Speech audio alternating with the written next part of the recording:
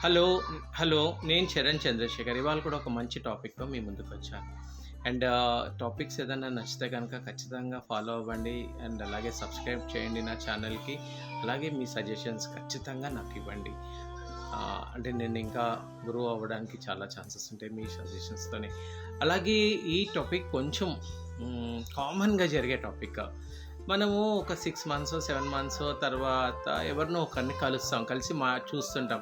చూడగానే అతనికి ఏదో అనారోగ్య కారణాల వల్ల మనం చూసినప్పుడు కన్నా, లేకపోతే మనం ఏ విధంగా అయితే అనుకున్నామో ఆయన్ని ఒక 6 నెలల క్రితం ఎలా అయితే ఉన్నారో, ఎలా అయితే ఉందో, తన కొంచెం హెల్త్ ప్రాబ్లమ్స్ ఈ మధ్య ఎక్కువగా వస్తున్నాయి. కాబట్టి ముఖంలోని ఒక చిన్న నీరసము, తర్వాత గబుక్కని సన్నగా అయిపోవడము, లేకపోతే ముఖంలో చాలా డల్నెస్ కనిపించడము, అలాంటిది మనం చాలామంది మన చుట్టాల్లో కానీ మన ఫ్రెండ్స్లో కానీ సడన్గా ఏదో డయాబెటిక్ రావడం, లేకపోతే మనిషి సన్నపడిపోవడము, ఇలాంటి ఫిజికల్ ఎపీరియన్సెస్ని, చాలా డ్రాస్టిక్ చేంజెస్ని మనం మన వాళ్ళతోని చూస్తూ ఉంటాము. ఎవరికన్నా దగ్గరికి వెళ్ళినప్పుడు చూస్తున్నప్పుడు కానీ నేను చాలామందిని గమనించాను.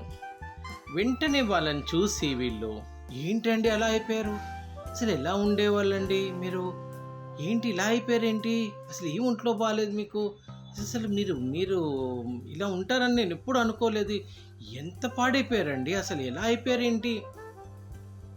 చాలామంది ఇలా కామెంట్స్ చేస్తారు. వాళ్ళు ప్లీజ్ వద్దు. వాళ్ళు అసలే అనారోగ్యంతో బాధపడుతుంటారు. మనం ఎంకరేజ్మెంట్ చేయకపోతే అయ్యో ఏమీ తెలియనట్టుగా ఊకోండి. అలా పక్కన ఎవరినో ఒకరిని కనుక్కొని నాకేమన్నా ఆరోగ్య సమస్య ఉందా ఏంటి అని కనుక్కోండి. వాళ్ళ ముఖం మీదే ఏంటిలా అయిపోయారు, ఏమైపోయింది మీకు, అసలు ఏమైపోయారండి, అసలు ఇంత ఇదిగా అయిపోయింది ఏంటండి. ఈ మధ్యకాలంలో చాలామంది అనారోగ్యంగా ఉంటే వాళ్ళని అనారోగ్యం కన్నా మనుషులు ఎక్కువ తినేస్తున్నారు. కాబట్టి మీరందరూ అలా కాదు. కానీ నా తోచిన విధానంగా నేను అంటే 2-3 సార్లు నేను గమనించాను. అంటే నిజంగా ఉన్నమాట చెప్తున్నాను. ఒకసారి నేను ఒక చోటుకి వెళ్ళిన తర్వాత వాళ్ళకి ఏదో అనారోగ్యంగా ఉంది, వాళ్ళు ఎవరో వచ్చి ఇలాగే అనేసి వెళ్ళిపోయారు. ఆయన అప్పటి వరకు నాతో ఎంతో సరదాగా మాట్లాడుకున్నాను. నేను అనేసి వెళ్ళిపోయిన తర్వాత ఆయనను మళ్ళీ నేను రీఫార్మ్ చేయడానికి ఒక గంట సేపు పట్టింది. లేదండి వాళ్ళకి ఏం తెలియదు, ఎందుకులేండి నేను చూస్తున్నాను కదా అని.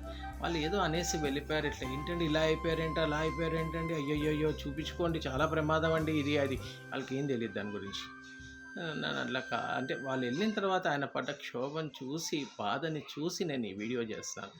ఎవరో XYZ అంటే జరిగిన విషయాన్ని నేను కొంచెం విశదీకరించి చెప్పడం జరుగుతుంది. And I think don't misunderstand me.